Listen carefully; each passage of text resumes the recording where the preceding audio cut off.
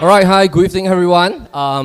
This is our fourth landed clinic ever since late last year. So we started this landed clinic concept since District 10, then we went to District 15, 19, of course now we are in D28. So I want to warmly welcome you.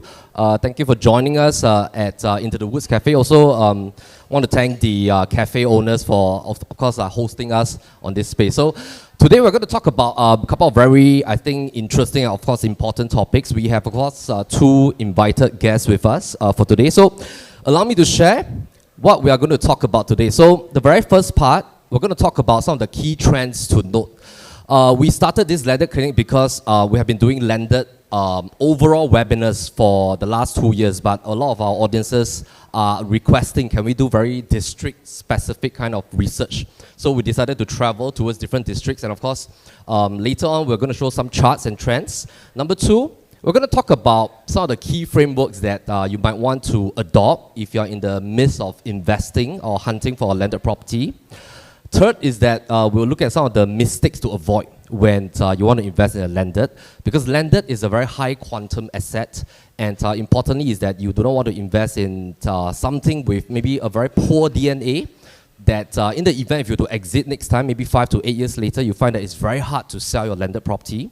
And of course, the fourth one is cost of construction by Renaissance, Mr. Kelvin, and financing strategies from Brick. All right. Now, at the end of today's session, you will walk away with a District 28 landed report that has just been so-called published.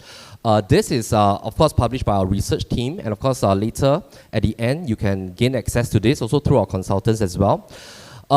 Take note, most of the stuff that we share, I would say that a lot came from my 18 years of experience as well from our consultants. Of course, we have analysis data that we always refresh.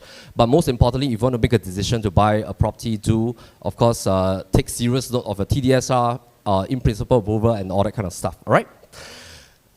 Let me kickstart with some jargons and, of course, frameworks as well. So these are the key jargons that we'll be talking for the next 20 minutes. After that, I'm going to invite George up. Then we'll have a 10 minutes Q&A session. You're free to ask any questions, all right? Okay, so firstly, I always like to look at residential stock as a whole. Now, the key reason is because residential transactions in Singapore is 10 times more than commercial transactions on a month-to-month basis. And importantly, we have the highest home ownership rate in Singapore. We're 90% out of 100%. Everybody almost owns a home. Only 10% of us don't really own a property. And when we look at this, we want to understand a little bit about the behavior of each kind of property. All right, so when we look at the overall stock of condos, apartments, and ECs, they are now trading close to 380,000. Every year we increase by 10,000, and then of course in 3 years' time we'll hit 400,000 housing stock. There are only 73,000 landed property combined together, 99 years freehold, 999 years. And of course, when you look at HDB, it's increasingly towards the 1.15 million. You will hit 1.2 million soon. So government increased by about 25,000 HDB units every year. So why is this important? Because we want to understand the property asset that we're going for. Is there an increasing supply? So when we are investing in assets, the moment that your asset class has an increasing supply, it will cushion your price appreciation. The moment that your asset class has very little increment in supply, what's going to happen is that as more and more people invest in it, the price will sustain in terms of growth and appreciation. All right? So condo supply grew by about 96% in the last 15 years. Of course, price increased because this is also a hard asset compared to HDB apartments. So landed properties, of course, it has always been a wealth preservation asset. But the first jargon we want to so-called introduce to everybody, in case this is the first time you're joining us, is that the harder the asset class, the better the preservation of value. All right? And also, on a second note, is that a lot of landed property owners, they are sitting on very good profit. In fact, I think a very high percentage of them have very high equity in the home, less than 50% mortgage on the existing landed property. So there's really no fire sale in the market if you notice in the last 10 years. There is something that has happened after the Lehman Brothers crisis. If you look at 2009, when we recovered from the 2008 October Lehman Brothers crisis, where a couple of banks actually crashed, I started my career in the 2007 period. And of course, during this period, there was a lot of fear in the market. Those periods, there were a lot of fire sale. But technically, after that period, there was no fire sale at all. But there was a very interesting shift in terms of popularity, is that we started to see that the landed price index that was, I would say, in terms of market capitalization, through the price index, it was actually below condominiums. But the moment when we recovered from Lehman Brothers crisis, and once we kick-started with the first cooling measure, the position of landed property in terms of market cap and condo actually swapped places. So that was basically the introduction of the phase that Singaporeans start to realize that actually landed homes have so-called like a better preservation of value.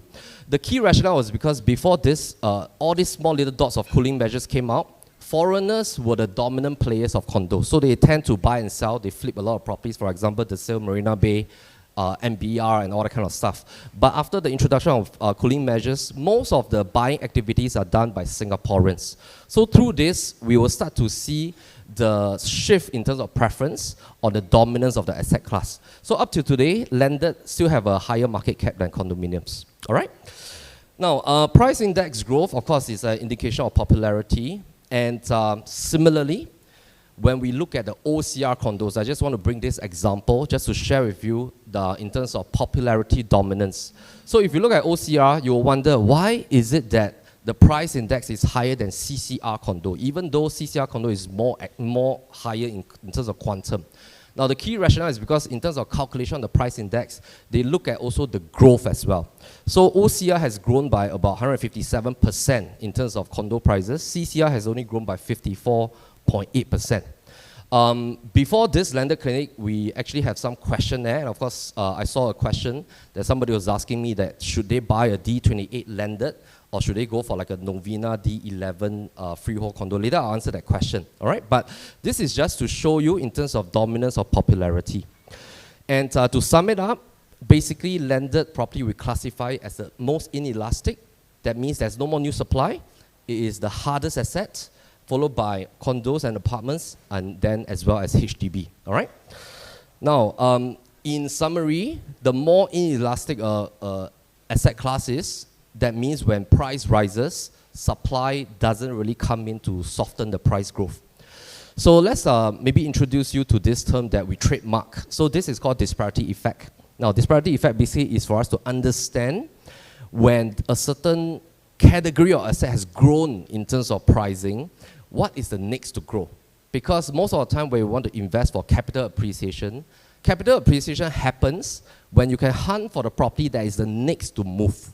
Sometimes you already miss this type of property, but once you missed it, you don't want to go for the highest quantum or the highest so-called asset class that's already grown in this season. You want to hunt for the next one.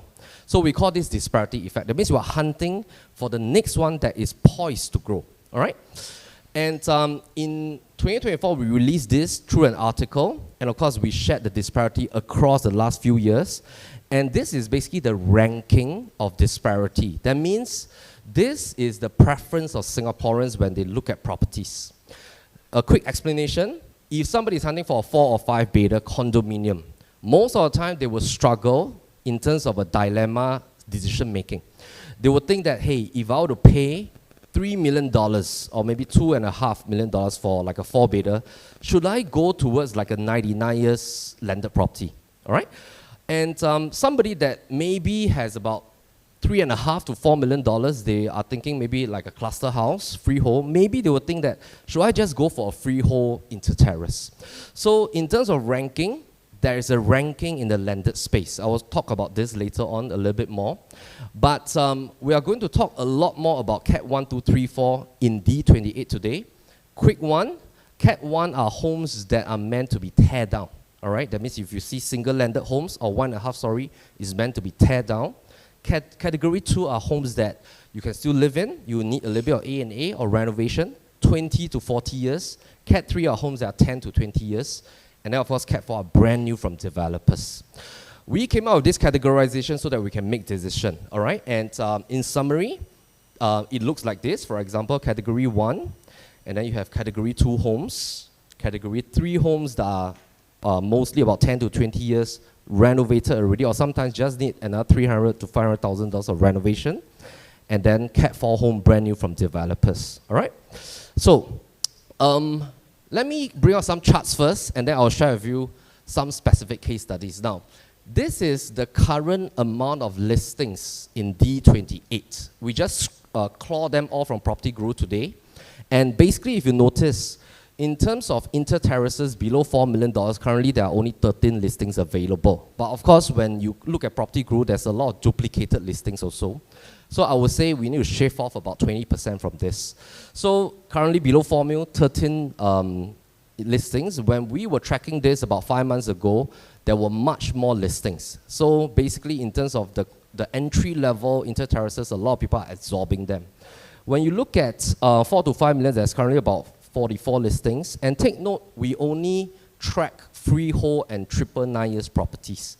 So when it comes to investing, I will be a little bit more stingy. Usually, we don't recommend our clients to buy 99 years landed. Only if you're struggling at a quantum range, or you're in the phase that you only have, let's say, $3 million, and you're thinking what is the best size for your family, and you can't stretch anymore, then that is fine. But in terms of an investment through capital gain approach, we only look at freehold and 999 years. So in terms of 4 to 5 million, there's currently about 44 listings available. Corner terraces, there's nothing below 4 million. Most of them are in the $4 to $6 million range. And then, of course, semi-Ds. There's an increasing amount of semi-Ds asking for 5 to 6 million. And when you look at detached homes, these are the current price quantums. Now, all these charts are available with our consultants later. You can chat a little bit more with them. But in terms of 16 September until 26 February today, basically, if you notice, in September, there were about 28 listings for inter-terraces below 4 million, but now there's only 13 listings available. There was an increase in terms of asking prices for $4 to $5 million range, and then there's also an increase in terms of $5 to $6 million in terms of its listings. So this just shows us a little bit about the current sentiment on the ground. Usually, when interest rates start to drop, stock market is doing a little bit well, although stocks market was, there was a lot of technical crash yesterday. But usually when stock market tends to do well, interest rates are low, sellers has a little bit more confidence. They tend to raise their asking price, all right? And then corner terraces, and this semi-D, in terms of asking price, it has also increased in the amount of listings inventory for certain higher quantum ranges, and then detached homes. So number of transactions, detached, over the last 12 months, there were 5 transactions, semi-D 47, terrace house 83. And I'm going to later show a little bit about the number of types of lender in D28, because that's a very important mechanism to make decision. Now, you don't want to buy into a district or enclave with very little density of a certain type of lender, because once you do that, when you want to sell, there's going to be a problem. Later I'll share more, all right?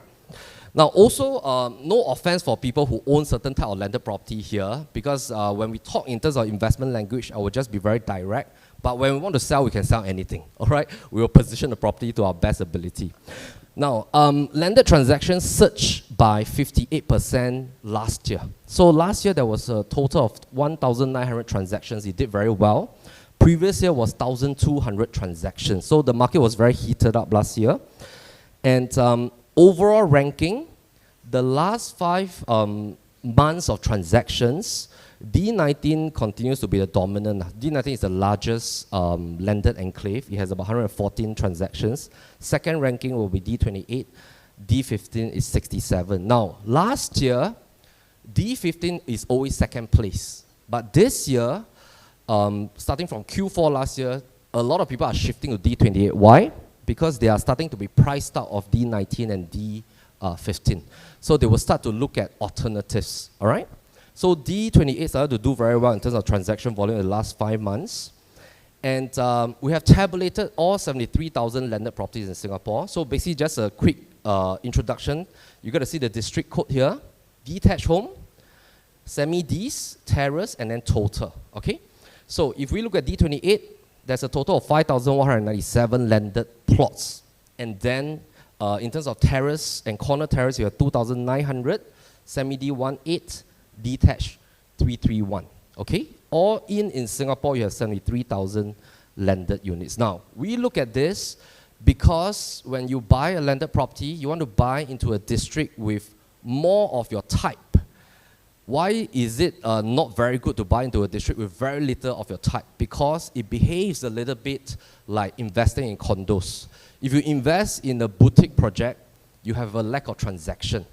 When you invest in landed property, when there's more transaction, in fact, I love landed properties with a lot of tear down and rebuild.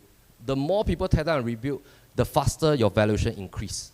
Because the rebuilt property will always hit a new benchmark. Which is one of the reasons why, anybody live in Luxus Hill? Nobody so far, okay. Which is one of the reasons why Luxus Hill is beautiful. But because it's still very new, it was by Bukit Sembawang, and it is a little bit too uniform sometimes. So it's fantastic if, let's say, the buyer don't want to renovate or rebuild and stuff like that. But you will not see anybody rebuilding it until maybe the next 20, 30 years.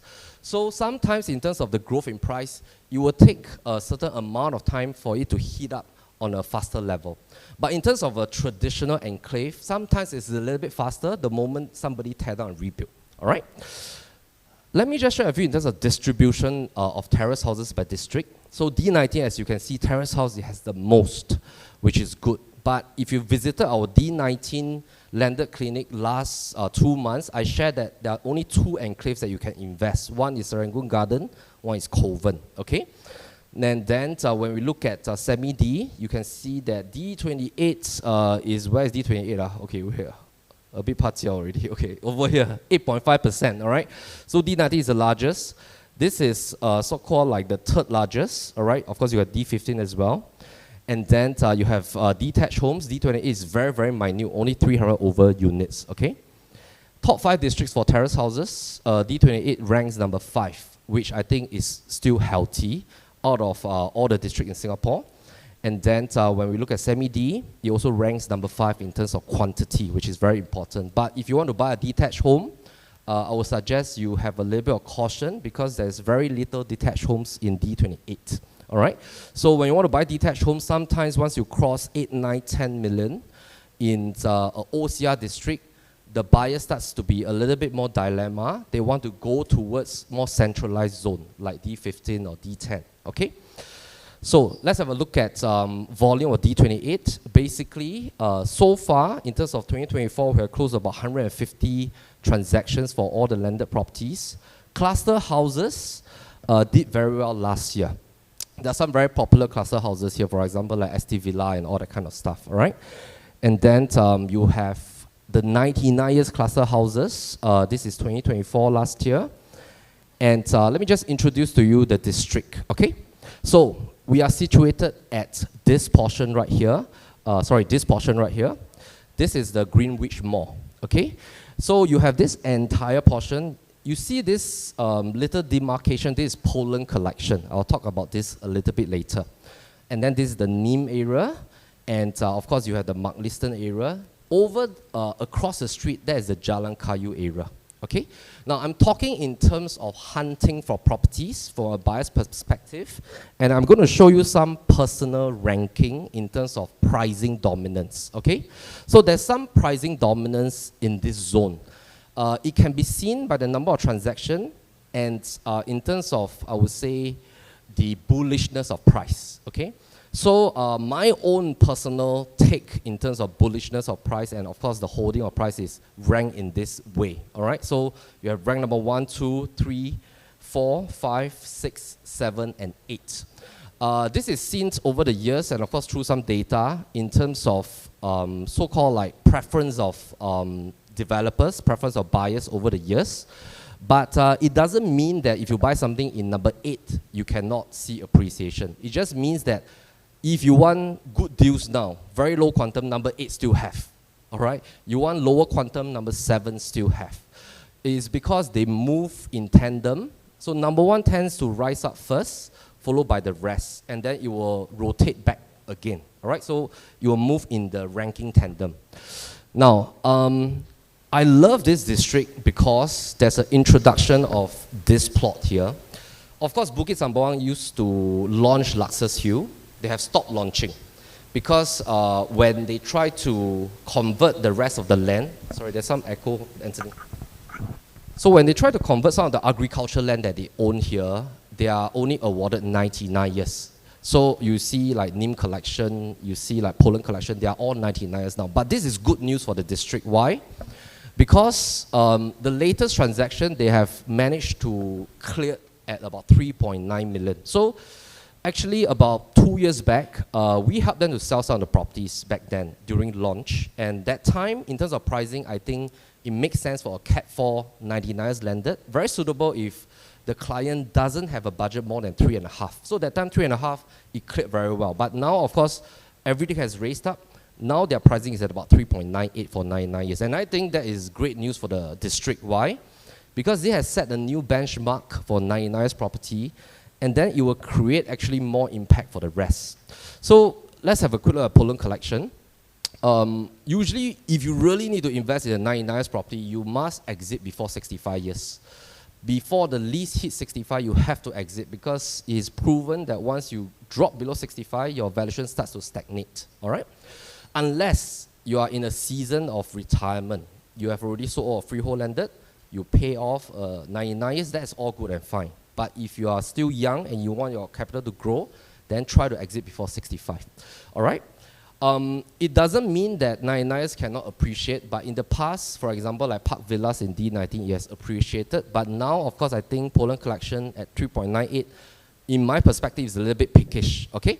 So this is a time to look at freeholds. So now they are already trading 3.9 plus, doing very well for brand new 99. But you can still find deals like this at the rest of D28, inter-terrace freehold. So I think there are still deals that you can look at.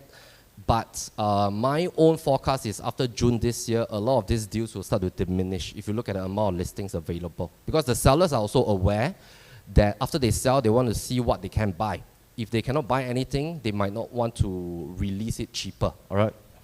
Now, disparity is a bit too close for comfort in my perspective. There's only about 500K difference, a little bit too close already to exchange for freehold, okay? So let's have a quick look at some examples. This will help you when you go on the ground, okay? Now, usually when our consultants, they help our clients to hunt for landed properties, they will rank in terms of Cat 1, 2, 3, 4. So for example, if you work with our landed consultant and say that, hey, I'm interested in this particular enclave within D28, can you hunt for me? And usually they will ask you for your resource first, like what is the quantum that you're ready to invest. But if your resource is flexible, we will rank them based on Cat 1, 2, 3, 4. For example, we can consider properties that are meant for rebuild. These are live listings that I clocked today, all right? But not our listings, all right? We just look at the general market. So 3.8 million, you can find a Cat 1 home. 4.2 million, you can get like a Category 2 home, all right? And then, of course, you have Luxus Hill, 4.8 million. Just spend a little bit on renovation, 200,000, very decent. And you have brand new from developers. Not much. I used to see deals at about 6 mil or 5.8, but now I don't see it, all right? So there's one available now at about 6.3 million. And so this is basically how we do our homework and research. So once you rank them up, then you want to see what kind of possibilities are there. So for example, if you're somebody that says that, hey, I want to buy a brand new from developer, nobody stayed before, brand new kind of construction, 6.3 million. But then you should also consider back to the Category 1 version, like whether are you willing to spend 2 years to invest? Because, for example, if you can rebuild it, which construction costs now at 1.8 million, you can rebuild inter-terrace very easily. Once it's being done after 2 years, your total investment is about 5.6 million. You save $700,000. So that's one thing to look at it, all right? But of course, you need to wait for 2 years. You need to factor in your rental if you need to rent, all right?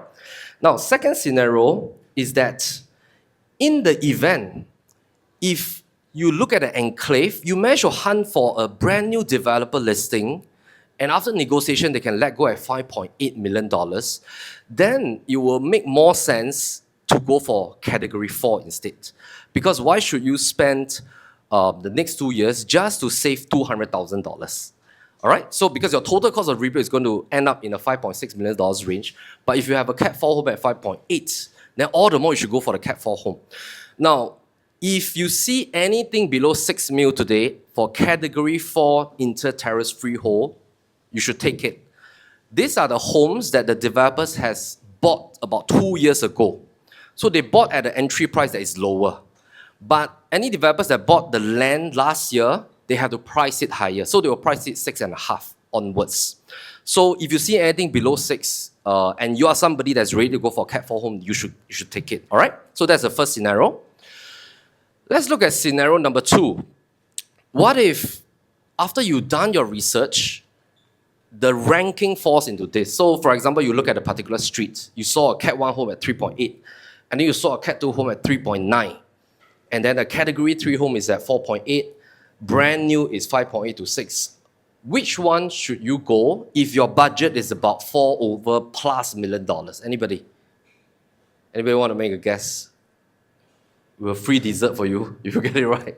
Okay, I'll give you the answer. So you should go for this, all right? You should go for the Category 2. Why? Because it makes a lot more sense. The disparity is great, but the disparity is very low here.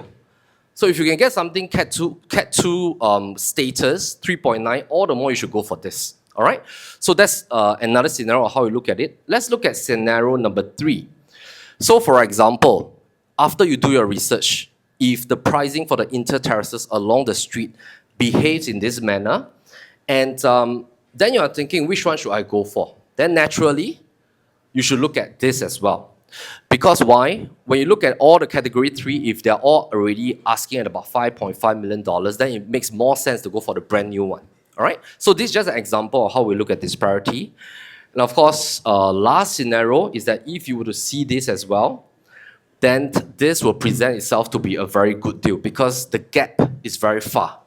So what happens is that after 3 to 5 years, if this person wants to sell and they bought at 6 million, they have to sell at 6.5, 6.8, but you're 4.6, you have a great gap from them. All right? So that's how we look at the disparity effect. But sometimes you will be in a more dilemma situation. Okay? So let me share with you. So for example, you saw a brand new inter-terrace at 6.3 million, okay, which is a live listing. And then you saw an inter-terrace Category 3 at 4.6. But then you also saw a semi-D Cat 2 at $5 million. And then you saw a Category 1 that's meant for tear-down semi-D at $4.5 million. Then you are thinking, then how do I make sense of this? Because if I were to go for this, can I just top up 400,000 to get a semi-D status? Because take note, semi-D and inter-terraces, there are 2 classes above them. All right, so semi-D is 2 classes above inter-terrace. It's a little bit different in terms of status. And then when you look at this inter-terrace, brand new, 6.3, but there's like a 1.3 million gap for a semi-D status. Even though this is old, there's some work that needs to be done. It's not brand new status, but then you will fall into a dilemma zone of what do you need to do, okay? Sometimes you will also see things like this. So these are actual listings on the ground. So there's a semi-D now for sale at $5 million, okay? Brand new from developer, TOP already, okay? And then there's also an inter-terrace, $6.3 million. Then you are thinking, what should be the right move then? Now the key difference, of course, is because this inter-terrace is a little bit too big. It's 3,000 square feet. So let me talk a little bit about the size, all right? When you look at sizing, you have to be very strategic because the moment your size falls into a sandwich class, when you want to exit, your buyer is going to be in a dilemma, okay? So when we look at inter-terraces, it's very clear-cut. 6 times 25. 6 meters width, 25 meters depth, it will form 150 square meters, 1615 square feet. This is the bare minimum a developer has to build. Most inter-terraces fall between 1615 to about 2,000. To hit 3,000 is a rare product, all right? And when we look at semi-Ds, semi-Ds basically falls under 8 times 25 to hit 200 square meters, 2152 square feet. This is the smallest version of semi-Ds, all right?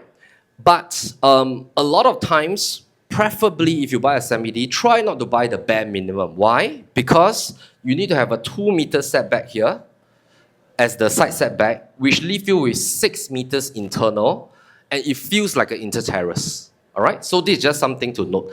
But sometimes if you buy a semi-D that is, say, 4,300 square feet, then you hit the next dilemma zone of a detached. So you need to be very careful on the size as well. Sometimes if you buy too big, it goes to the next zone. So these are some of the things that buyers on the ground, they look at on a day-to-day basis, all right? Now, let me come back to this dilemma again.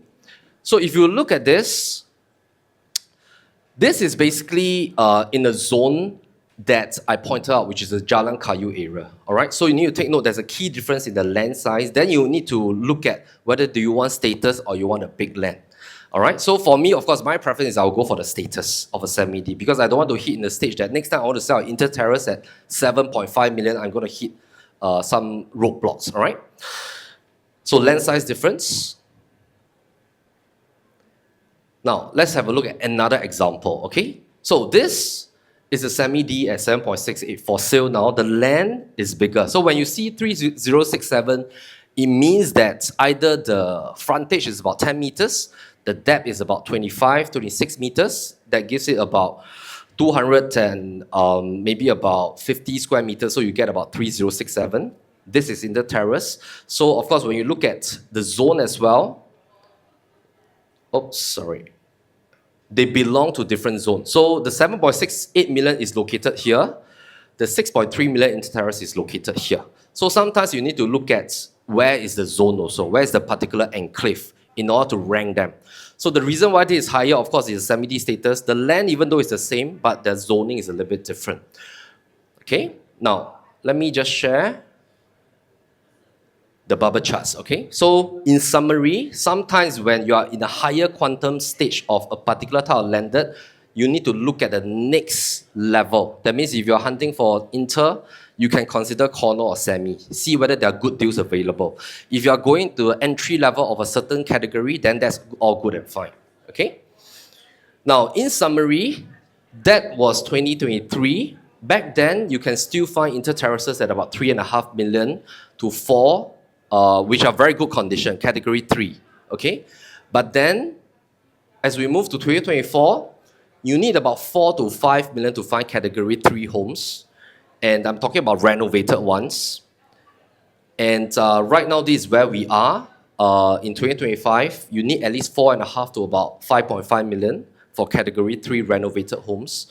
And I think in terms of this year, because of the new launch condo prices, a lot of people are going to be in a dilemma. Should they get a 4-5 beta new launch or should they get this? So I believe that the inter-terrace price will start to move even more aggressively, okay? Also, when stock market is a bit more volatile, people tend to take profit. And once they take profit, they want to park it in a safe asset, all right? Now, take note of land plot sizes I mentioned just now in terms of land sizes. And also, this is a summary of appetite in the landed market. They tend to rank in this manner. So either 99 years inter cluster, followed by cluster landed freehold, then we move up all the way to the pure landed zone. Condos, they rank in this sequence, okay? And then, of course, they also rank in OCR, RCR, CCR for landed properties. And in terms of disparity, sometimes people will be in a dilemma. Should they go for a CCR 4 beta because they want to buy near Bukit Timah for school? Okay, or should they go for landed OCR? Now, the quick answer is that this category, unless the PSF is in a very good position, we call it the trifecta triangle. That means the PSF and the size and the freehold status make sense. If you tend to go a little bit higher quantum, you might have a risk of exit risk. Why? Because last time, the CCR market was dominated by a lot of foreigners buying it. But now, we don't have the foreigners to buy anymore. So when you go higher quantum, you have to be a little bit more careful, okay? And there will be disparity as well, like new launches versus cluster houses versus landed. And let me just quickly talk about the buying power triangle. So landed properties start from this range. And then the higher quantum landeds go beyond this range. Usually, people tend to touch landed once they hit the pinnacle of condo purchase price. They will tend to want to move here, okay? For size as well. But take note, when you go into landed, once you hit $8 million, you will hit the crossover zone. So if you have 8, 9, 10 million and above, you should move towards CCR. You should try to hunt for something in D10, 11 as much as you can, or maybe at least D15, okay? If you're below 7 or below 8, then OCR zone is still fine, all right? Okay, I'm going to invite George up. We're going to talk a little bit about some case studies. Let's welcome George. All right. Okay. George, you want to bring us a little bit through the landed framework, right? Let's pass George the mic. All right. Thanks, Anthony. Okay, come. Okay, mic test. Mic. Okay, thanks, Melvin. Okay, so I believe all of you that are seated here are, excited to own into a landed, but of course, not all landed are born equal. So naturally, I think this is something that Melvin has already talked about, and this is the framework that we actually use to help our audiences or how our consumers and buyers to guide them through the purchase journey. So later on, we'll run through the kind of frameworks as well as some of the templates that we actually use.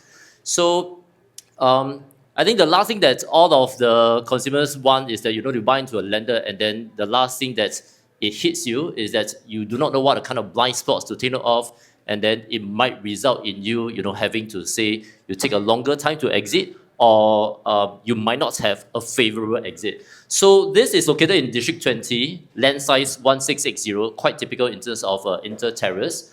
This is a category 1. In terms of the DNA of the horses, we rank that as a poorer DNA. Why? Because it's facing a T-junction and a substation.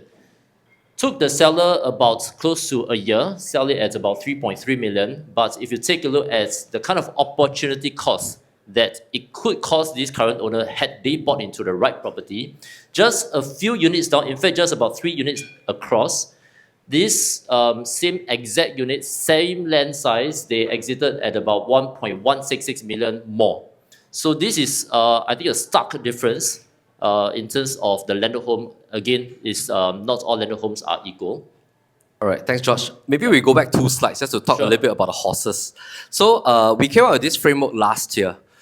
We decided to use horses not because we bet horses, we don't gamble, but we find that it's a very good analogy. So maybe George, you want to bring us through a little bit about the horses' DNA? Yeah, so it could be something that's category 1, that is original condition, that's single story, but maybe they are, for example, located in a great location. They are within 1 km to certain schools. They have walking distance to MRT station. And maybe they are again located in, say, like a 3-story mixed standard zoning, like what Melvin mentioned about. So these are potentially a good DNA horses. Poor DNA is like the other one that we mentioned about, and the enhanced horse means that you have to zeng the house a little bit, to enhance the overall condition of the house. Okay, so we have 4 horses type lah. That means these are the things that you cannot change about a house. It is the position of a land plot. When we look at category, it's the current status of the construction. But when we look at the horse category DNA, we're talking about the things that you cannot change. We call it inherent factor. So what Josh mentioned is that if you see a plot that is in a fantastic plot location, for example, no T-junction facing, no substation, because substation, even though there's no proven data, but a lot of buyers are still very worried, all right? So we try to avoid all this stuff. And of course, like, sometimes in the market, people still want to avoid number 4. So number 4, we will categorize as a poorer DNA. But we have sold a lot of number 4 houses before. When you buy a poorer DNA house, it doesn't mean it's no good. It's if you can get a good deal, but if you rebuild it or A&A, it becomes enhanced. But if you buy a good DNA horse, after you rebuild it, it becomes a stellar horse. That means it's really powerful. All right? So that's how we categorize it. Yep. So the next example that I'm going to share with you, now this corner terrace, most of the time corner terrace will not come across your mind as something that's as an extremely big size. 5,566 land size, just to give you some context, is the land size of a detached house. So this is triangular shape, odd shape, side of the house, because this is a huge plot. At the side of the house, it faces 5 inter-terraces. So you have 5 inter-terraces, backside that is facing towards the side of your house. Took the seller about 1 year. They, I think, conducted a couple of viewings and eventually managed to sell. But of course, for the homeowner, to them, they feel that it's okay because it is towards their retirement stage. So it's not going to affect them by too much, but they have to make up with the numerous of viewings. So it took them about 1 year to sell, and then eventually they sold it at a decent price. Next, this is what we call the Cat 4, extremely brand new in terms of the condition. This is enhanced. Location-wise, this is, I think not a lot of people have heard about this place. It's located in Kranji. Yeah, so of course, we truly believe that every home can be sold. It's just about the positioning. So it took the seller about a year. Then eventually, they managed to also successfully move this property. So this was previously category 1. Of course, what the owner did was they pumped in the dollars and then to enhance the category as well as the horses to ensure that there's a higher speed of exit. Yeah, maybe we talk about this a little bit. So I think the case study is that the owner has been trying to sell for about 9 months. They couldn't sell. Then after that, they engaged us. We came in with the home tour to reposition it. When they rebuilt it last time, they didn't do up level 3. So level 3 was totally bad, even though this can go up to 3.5 stories. So I think maybe George, later you can share a little bit on the video as well, on how we visualize level 3. But the key thing is that this land plot is a little bit too big. 8,000 square feet is a semi-D. It falls into really a sandwich class. The quantum is quite high, $8 million. So a lot of people were comparing this to like a more centralized enclave. All right, so these are just some things to take note. Yeah, so of course the buyers when they come in. So I think it's important when you buy into a landed home, especially when you want to sell. Also ask yourself certain questions: whether how long is your holding period? Is this going to be something that's a forever home, or is this going to be something that you intend to hold for 10 years? 10 years later, how will the buyers view my house when I want to sell? So when Melvin mentioned about the rooftop that wasn't being done, of course what we did was we wanted to make sure that we can showcase the potential of this home by use of VFX or by use of visualization, architectural visualization, to showcase the space that you can do up at the rooftop, and then that's how we eventually find a buyer. Eventually the buyer, this one has massive number of bedrooms. I think it has a total of 8 bedrooms. Yeah, 8 bedrooms, plus the 2 or 3 above, you can go up to 11 bedrooms. Eventually, we managed to find a multi-gen family that do not mind staying in Kranji. Yeah. So I'll just move on. This is a very unique plot. Again, this is a detached. So on naked eyes, when you see this, it is beautiful, very well maintained by the owners. I would say a lot of buyers, when we go out there into the market to buy, we want to see something that is, what we can see. But there are a lot of things that we can't see. So when we go for the viewing, we have actually looked through the CMA as well as the data to say that, okay, this price is a good price for a detached. But there are some hidden blind spots. So we purchased the drainage plans, and we noticed there are actually drainage line reserved at the back as well as the side. And in fact, the drainage line encroach into the land. So this causes a lot of issues when, so this causes a lot of issues when the owner wants to sell, and eventually they are only able to sell below valuation. Yeah, correct. So of course, these are the things to take note of. Otherwise, the build quality, the land size is perfect. So I think as a seller, you want to be able to sell and exit at the highest possible price as well as the shortest possible time. Why? Because it affects your opportunity cost, and time is always acting against us. So of course, those are kind of like the horror story. I'll just share with you some of the good stories. So this is Cat 1, located again in District 20. Great land size for inter-terrace. Eventually, when we marketed this and then we sell again with visualization, we are able to sell above the asking price. So this was sold in 2 months, pretty aggressive. So when you want to find a place to hunt, I think it's also important to look at the characteristics as well as your entry price and whether it falls into the next category of the home that might interfere you when you want to sell. This is a single story. When we calculated ROI for the seller was at about 15%. They bought it in 2019. We sold it at $4.5 million. It's a record price in that area for a single story. So why this is able to move fast is also in terms of like the characteristics in the area where there is a lack of supply and a lot of people are actually looking into this area. So they just buy into this and then they just hold. They just leave it like this, never do anything. So what the seller had in plan was, later we can also share with you one of the strategy that they almost wanted to embark on, and I think it's a great strategy to go on. Lastly, inter-terrace, comfortable land size 1,700, walking distance to MRT, 1 km to 2 good schools. So this was sold in just 1 day. So as a buyer in today's market, I think more importantly is to make sure that you arm yourself ready so that you can act fast. Because most of the challenges that a lot of buyers face is you're not ready to make an offer. Yeah. Some of the reason is because you have not seen enough or you're not sure what are the blind spots. So this will affect your decision making speed. And when you do not have this kind of knowledge or info, it might affect you in terms of this golden opportunity that you can find. So this plot is beautiful because most of the inter-terraces are back-to-back facing.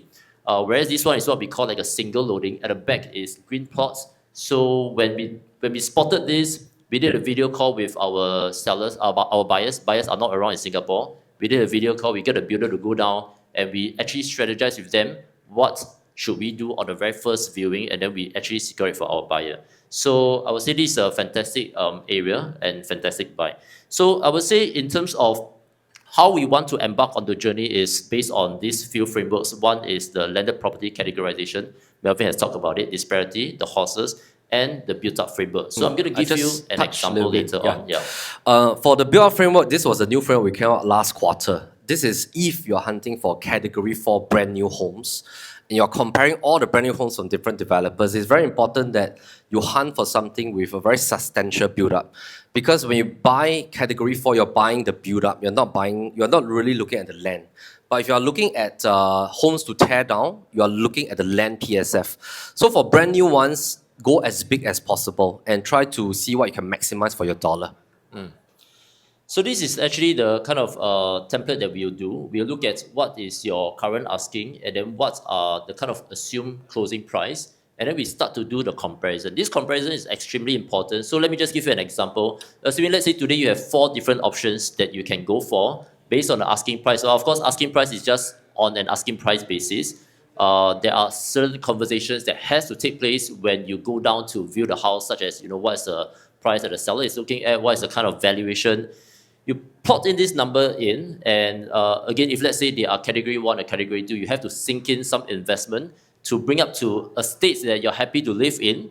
From there, you work out the total kind of land PSF as well as the build-up PSF, and then you start to compare across various options.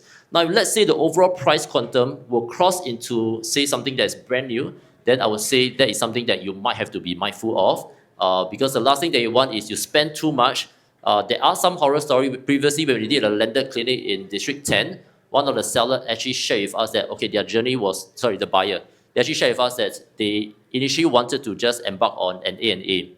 But their A&A journey took them 3 years, and they spent, I think, close to 3 over million just on the A&A. Yeah, so A&A, try to be very cautious because A&A is almost 80% of the rebuild costs. Usually, we recommend either you tear down, do a full rebuild. Try not to A&A if you can. But of course, if you want to do it, you have to really keep your budget very strong. If not, sometimes you just keep adding, and end up after you completed the whole thing, you realize that I can just top up a little bit more to do a free recon or rebuild, right? Yeah. So some of the architects that we know, they might not take up, a project that is A&A. They will either do a total tear down and rebuild, or if not, they might not want to do because there could be too many blind spots. So I think it's good that as you are going on the hunting journey, need to form your own team. So it could be your team of agents, or it could be your team of your architect, your QP, your builders, so that you can quickly get certain opinion from the experts, and then you can know how to price in your offer. So when you do all this, you want to also see, based on the land PSF, the total quantum, as well as whether how many category are you able to bring up to. Because always remember that if let's say the amount of money that you spend in, say, $500 or $800,000, you are able to bring it to category 3, but your holding period is going to be, say, 8 to 10 years. 8 to 10 years later, your category will then drop another level. And by the time when you want to sell, you will be a category 2 home. How will your category 2 home be stacking up against the neighbors along the street. So all these are factors that are crucial to take note of. Yeah. So you can list down the pros and cons. So these are some of the things that we actually do to help our clients have a better understanding, because most of the time, I can assure you, we have clients, I actually served one client for 2 years in their landed journey because there's too many options. So it is important to run through this exercise to give you clarity. So these are our quite exhaustive list of things to future-proof as well as a list to avoid. So of course, if you like to find out more, you can always get in touch with our. Okay, so maybe just clarify on this a little bit. There's no perfect landed property. You can get this from our consultants later. So it is impossible to find something that don't have these 24 factors, all right? Impossible. If you can hit, I think 60%, you should be very happy already, all right? Because there's no perfect world, all right? These are things that we try to have, especially for Cat 3 and Cat 4 home. We try to have it, all right? Because buyers are hunting for a lift, they are hunting for more bedrooms as well. But if it's Cat 1 and Cat 2, then this doesn't really apply. But this is as much as we can, we try to avoid, all right? But not saying that if you have number 4, you cannot sell. There's still a buyer for every home. I'll give you an example. Like now, the oldest landed in Singapore is the batch of landed at Fu Yong Estate, behind Rail Mall, all right? So that's at the Hillview area. Balance lease, about 19 years. You can get a landed property for $1 million. But there are still buyers that buy. Why? Retirees love it. They just sell their landed at 6-7 mil, pay off 1 mil, and stay in a landed for the next 20 years. They are good with that. So there's always buyers at every category. But importantly is that if you're in a stage of growth, then you try to avoid as much as you can. Okay, let's go next. So this will be the kind of decision matrix that maybe we can advise our client to undertake.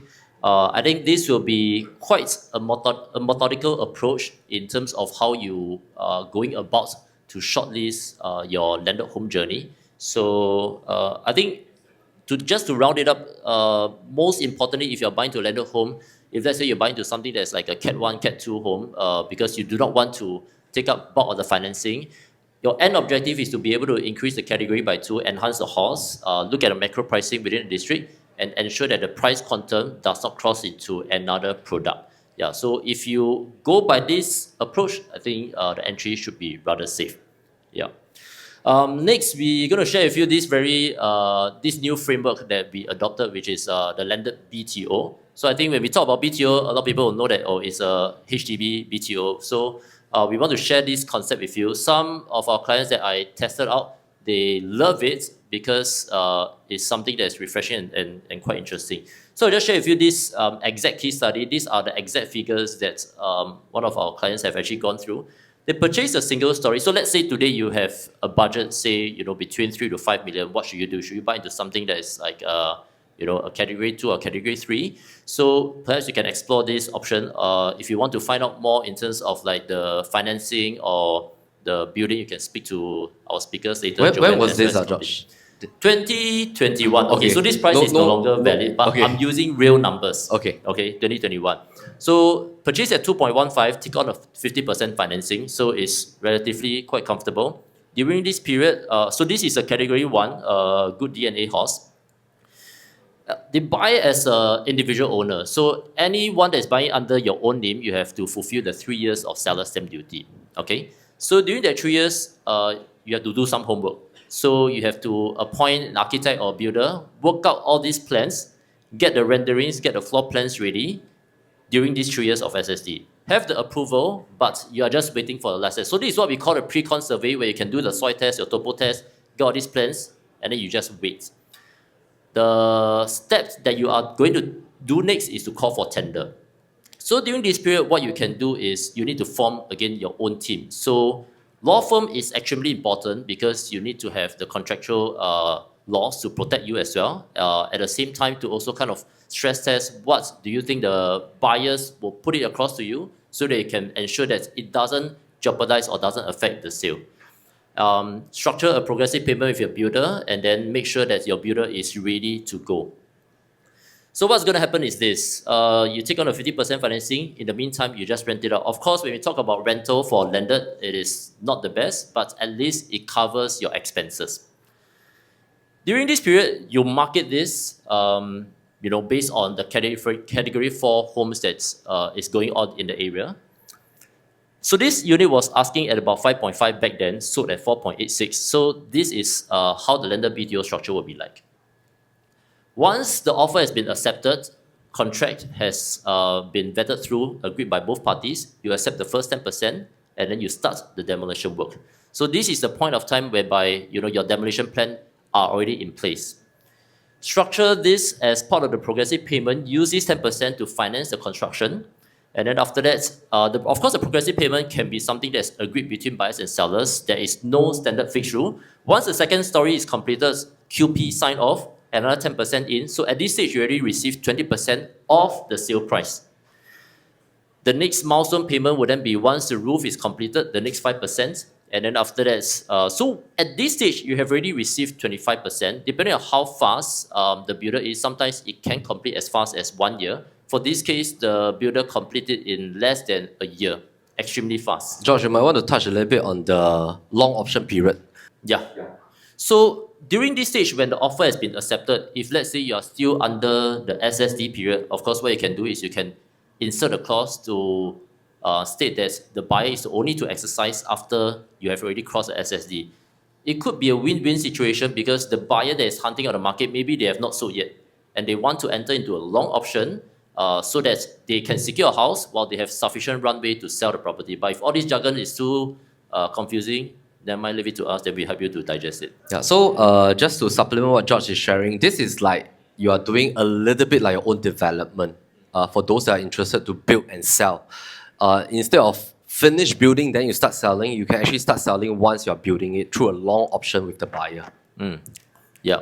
So once it reaches TOP, you can either call for the next 75% or you can call for 70%. And then last but not least, once it reaches CSC, CSC is extremely important because the buyers that is taking financing, they will require the CSC cert in order for the financing to be dispersed. So you can go for this structure if you want to take on this, as an additional route. Some of us, some of the clients that we spoke with, they just want to make sure that they can maximize the ROI. They do not want to stay into a landed, but they have spare funds and then they want to embark into this as like a side project. Yeah, so I would say at the end of the day, just make sure that you position your landed uniquely, and when you're planning to exit, just make sure you don't leave the money on the table. Yeah, so some quick case study. This was a home that George sold. Basically, there was a koi pond in this area, but most of the time when we sell a home or when we help our clients to buy a home, we'll bring one of our chartered surveyor, who is landed chartered surveyor, and he will walk through the house and see what are the possibilities. So of course there's a possibility of a lift shaft over here, and once that is solved, in fact I think George sold it within a month, this particular property, all right? So when you are planning to sell your home, it's very important that you are selling one of the highest price asset class. Don't market it like you're trying to just sell something with photos. It's very important to help the buyers to visualize, all right?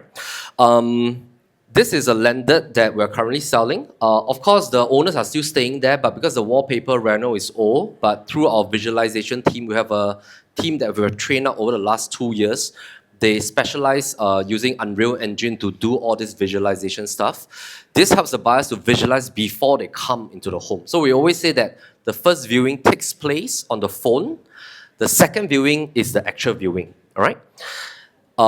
This is also the same home with an extremely huge setback on the site. So of course, some examples of what things that can be done.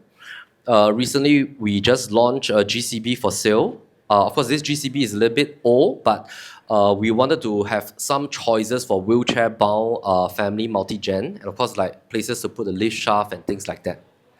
All right, and importantly is to explain through like visuals on and educate the buyer, like why is this home different. So importantly, we see a lot of homes in the market that just sells with very poor photography, but when it comes to selling landed properties, I think sometimes it's quite wasteful if you don't market it properly. All right, so don't wait for the buyer to find you. Find the right buyer using good content, digital marketing, and of course, back to the question on CCR. In fact, if you have attended our latest webinar, and if you're in a dilemma to buy a CCR condo versus a landed property, I think importantly, I talked about it just now, is that if you spread through a high quantum CCR, you just need to be a little bit mindful, because if you go towards 5, 6, 7 mil, our buyer audience are largely Singaporeans right now. All right, so we have very little foreigners because of 60% ABSD.